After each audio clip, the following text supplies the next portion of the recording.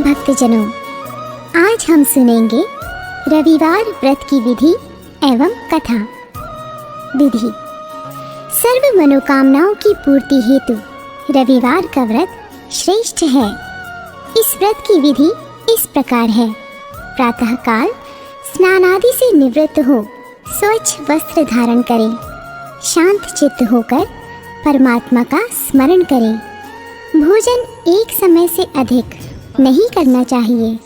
भोजन तथा फलाहार सूर्य के प्रकाश रहते ही कर लेना उचित है। यदि निराहार रहने पर सूर्य छिप जाए तो दूसरे दिन सूर्य उदय हो जाने पर अर्घ्य देने के बाद ही भोजन करें। व्रत के अंत में व्रत कथा सुननी चाहिए। व्रत के दिन नमकीन तेल युक्त भोजन कदापि ग्रहण न करें। इस व्रत के करने से मान सम्मान बढ़ता है और शत्रुओं का क्षय होता है। आँख की पीड़ा के अतिरिक्त अन्य सब पीड़ाएं दूर होती हैं। रविवार व्रत की कथा। एक बुढ़िया थी। उसका नियम था प्रति रविवार को सवेरे ही स्नान आदि कर घर को गोबर से लीप कर फिर भोजन तैयार कर भगवान को भोग लगा स्वयं भोजन करती थी। ऐसा व्रत करने से उसका घर अनेक प्रकार धन धान्य से पूर्ण था। श्री हरि की कृपा से घर में किसी प्रकार का विघ्न या दुख नहीं था। सब प्रकार से घर में आनंद रहता था। इस तरह कुछ दिन बीत जाने पर उसकी एक पड़ोसन, जिसकी गौ का गोबर वह बुढ़िया लाया करती थी, विचार करने लगी कि यह वृद्धा सर्वदा मेरी गौ का गोबर ले जाती है। इसलिए अपनी गौ को घर के भीतर बांधने लग गई। बुढ़िया को गोबर न मिलने से रविवार के दिन अपने घर को न लीप सकी। इसलिए उसने न तो भोजन बनाया न भगवान को भोग लगाया तथा स्वयं भी उसने भोजन नहीं किया।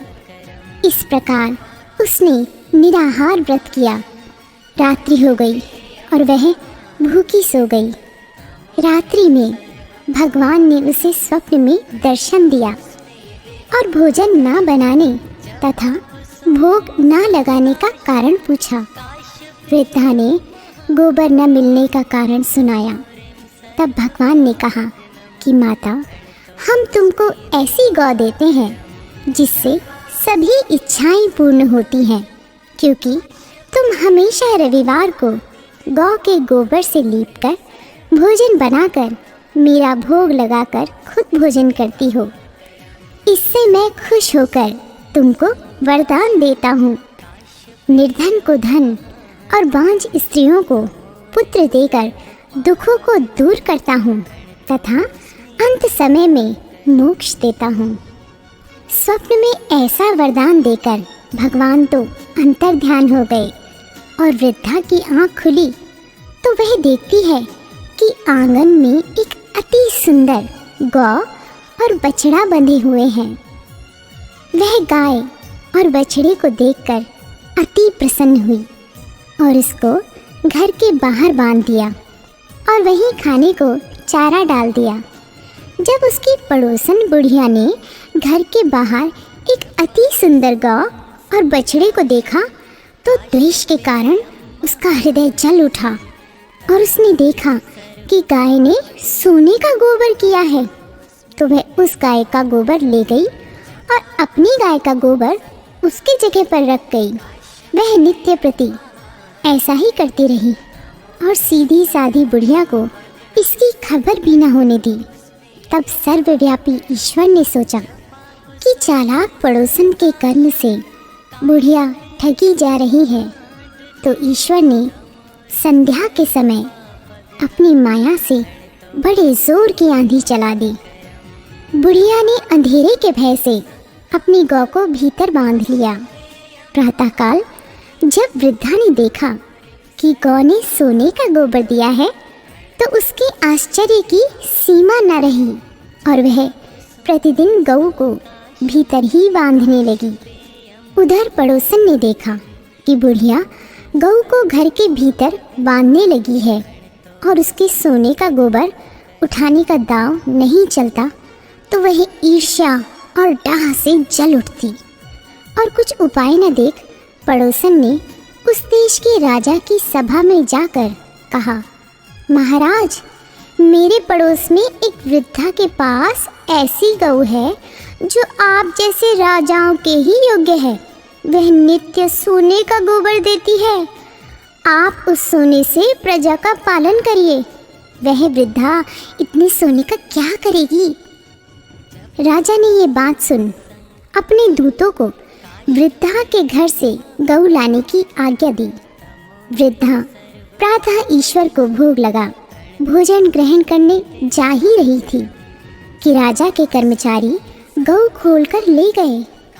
वृद्धा काफी रोई चिल्लाई, किंतु कर्मचारियों के समक्ष कोई क्या कहता। उस दिन वृद्धा गऊ के वियोग में भोजन न खा सकी और रात भर रो रो कर ईश्वर से गऊ को पुनः पाने की प्रार्थना करती रही। उधर राजा गऊ को देखकर बहुत प्रसन्न हुआ, लेकिन सुबह जैसे ही वह उठा सारा महल गोबर से भरा दिखाई देने लगा। राजा यह देख घबरा गया। भगवान ने रात्रि में राजा को स्वप्न में कहा कि हे राजा, गाय वृद्धा को लौटाने में ही तेरा भला है। उसके रविवार के व्रत से प्रसन्न होकर मैंने उसे ये गाय दी थी। प्रातः होते ही राजा ने वृद्धा को बुलवाकर बहुत से धन और सम्मान सहित गऊ बछड़ा लौटा दिया।